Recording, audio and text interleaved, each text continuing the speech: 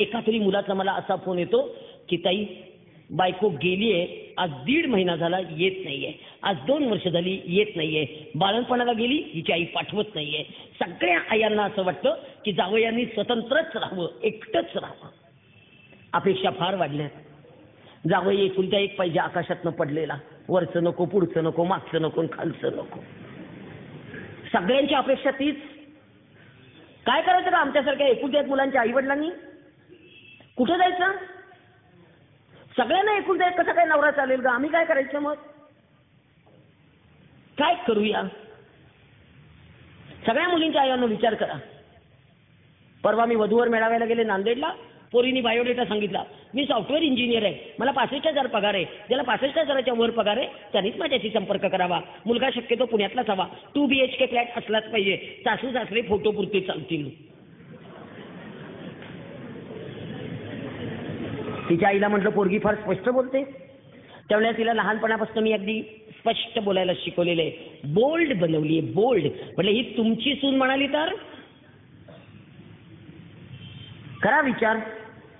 मातृत्व झुगारून द्यायला निघाले त्या कारट्या. काय करू मी? अनाथ बाळात सांभाळते मी आता. 22 बाळ आहेत माझ्याजवळ अनाथ. आणि ही बाळ दत्तक मागायला IT क्षेत्रातल्या मुली जास्त येतात. IT क्षेत्रातल्या मुलींना स्वतःचं बाळ नकोय आता. IT क्षेत्रातल्या जोडप्यांना आता स्वतःचं मूल नकोय आता. IT क्षेत्रातल्या मुलांना आयतं मूल पाहिजे.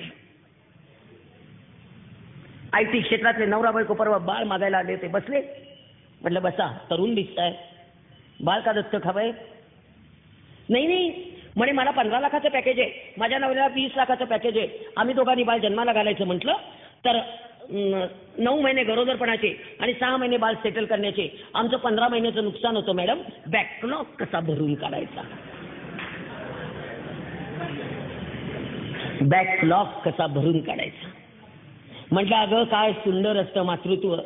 अगं बाळ नसतं तेव्हा ते कधी येतं याची आतुरता, बाळ आलेलं पोटात हे कळलं तेव्हा ते कधी बाहेर येतं याची उत्सुकता, आणि ज्या वेळेला ते येणार याची तारीख कळली की मरणाला सामोरं जाण्याची तत्परता. हे मातृत्व आहे बाई, हे मातृत्व आहे. पटतच नाही. Don't be emotional madam, B practical. म्हणलं आता प्रॅक्टिकल होऊन सांगते. हे पोर कुपोषित आहे, याला आईने फेकून दिलंय, याला आईने मरण्यासाठी फेकून दिलेलं आहे. ते पोर मरण्यासाठी फेकून दिलेलं दारात असताना त्याला मी पोटाशी घेऊन सांभाळलंय. मला आई होता येत नाही, मला आजी होता येतं. मी अंगावर सोनं घातलं नाही बायकांनो, पण मी बाळाच्या गुटीमध्ये रोज सोनं उगाळून घालते, कारण माझं बाळ कुपोषित आहे आणि ते बाळ मला दत्तक द्यायचंय. मी त्या मुलीला स्पष्ट सांगितलं, हे बाळ मला आईच्या ताब्यात द्यायचंय, यंत्राच्या ताब्यात नाही. देणार नाही म्हटलं बाळ. यांना इतकं सोपं झालंय बाळ जन्माला घालायचं आणि 6 महिन्याचं झालं, 2 महिन्याचं झालं की लगेच पाळणा घरात ठेवायचं. बेबी केअर सेंटर, डोंबलियांचं बेबी केअर. आणि 6 वर्षाचं झालं की 5 गणीला ठेवतायत. पर्सनॅलिटी डेव्हलपमेंट यांच्या बापाने ठेवली 6 वर्षाच्या बाळाची पर्सनॅलिटी. CBC पॅटर्न आम्ही नाही शिकलो. ठेवतात ते पोरं लांबच्या लांब कुठेतरी 5 गणीला. ती मेट्रन आणि तो तिथला रेक्टर इतके ओरडत असतात, ते बाळ धाय मोकळून रडतंय रात्री ममा ममा ममा करून. जवळ गेला कुणी नाहीये, सायकिक झालीत पोरं. माहितीये तुम्हाला? एकीकडे घटस्फोटाचं प्रमाण वाढते, एकीकडे आई नाही, एकीकडे वडील नाही. सगळ्या आया सांगतात मी शिकलेली आहे, मी आर्थिक क्षमता आहे, मी माझं पोर कसंही सांभाळीन, त्याला देणार नाही. त्याला वडील नको. आणि सगळ्या वडिलांनो, लग्न झालेली पोरगी ठेवून घेताना 4 वेळा विचार करा की त्याला वडील नकोत का त्या बाळाला. बालवाडीवर पाट्या लिहिलेल्या आहेत, वडिलांकडे राहणाऱ्या मुलांना आईनी भेटू नये, आईकडे राहणाऱ्या मुलांना वडिलांनी भेटू नये. काय करायचं त्या लेकरांनी? सगळी निरागस बाळं एकटी येत असतात, सगळी निरागस बाळं सायकिक झाली आता. परवा राजेशजी जैन यांची एक छान फिल्म बघितली, पप्पा तुम कहा हो. सगळ्या बायकांना मी बजावून सांगते तुम्हाला, मांडीवर घेऊन थोपटायला आई असावी लागते, पण खांद्यावर घेऊन थोपटायला वडील असावेच लागतात. हे वडील पाहिजेत. तुम्हाला माहेरी गेल्यानंतर बैठकीच्या खोलीत वडील नकोत. तुम्हाला तुमचे वडील पाहिजे, तर लेकराला नकोत.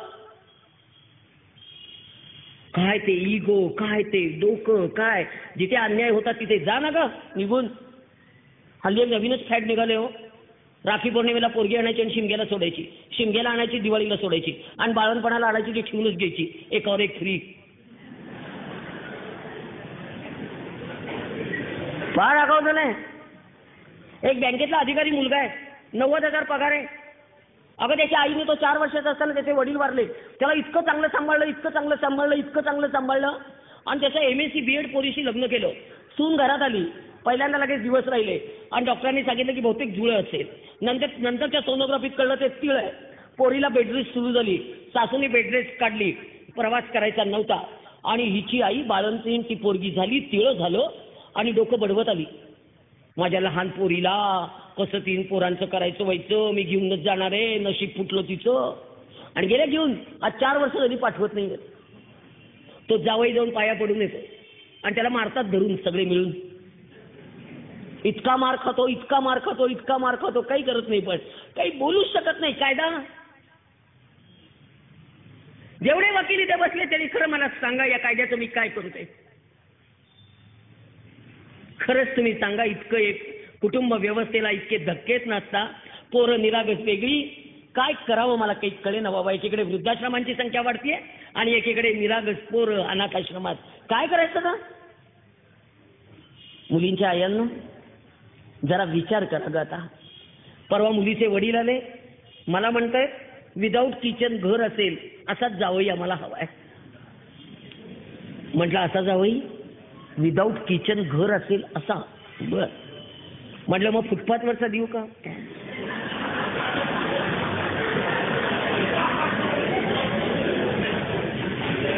आमची मुलगी स्वयंपाकघरात जाणार नाही, आमची मुलगी स्वयंपाक करणार नाही, आमची मुलगी धुणं धुणार नाही, आमची मुलगी भांडी घासणार नाही, आमची मुलगी चतुर्थ श्रेणी कामं करणार नाही, संडास बाथरूम बेसिन आमची मुलगी घासणार नाही. म्हटलं तुमची मुलगी काय करणार नाही ते कळलं, काय करणार ते सांगा. शेवटी मी रागारागाने विचारलं त्या वडिलांना, बाळंतीण ती होणार ना हो का? आमच्या जावयाची जबाबदारी आहे. काहीतरी वेड्यासारखं. आणि सगळ्या मुलींच्या आयांना थोडंसं भान ठेवा.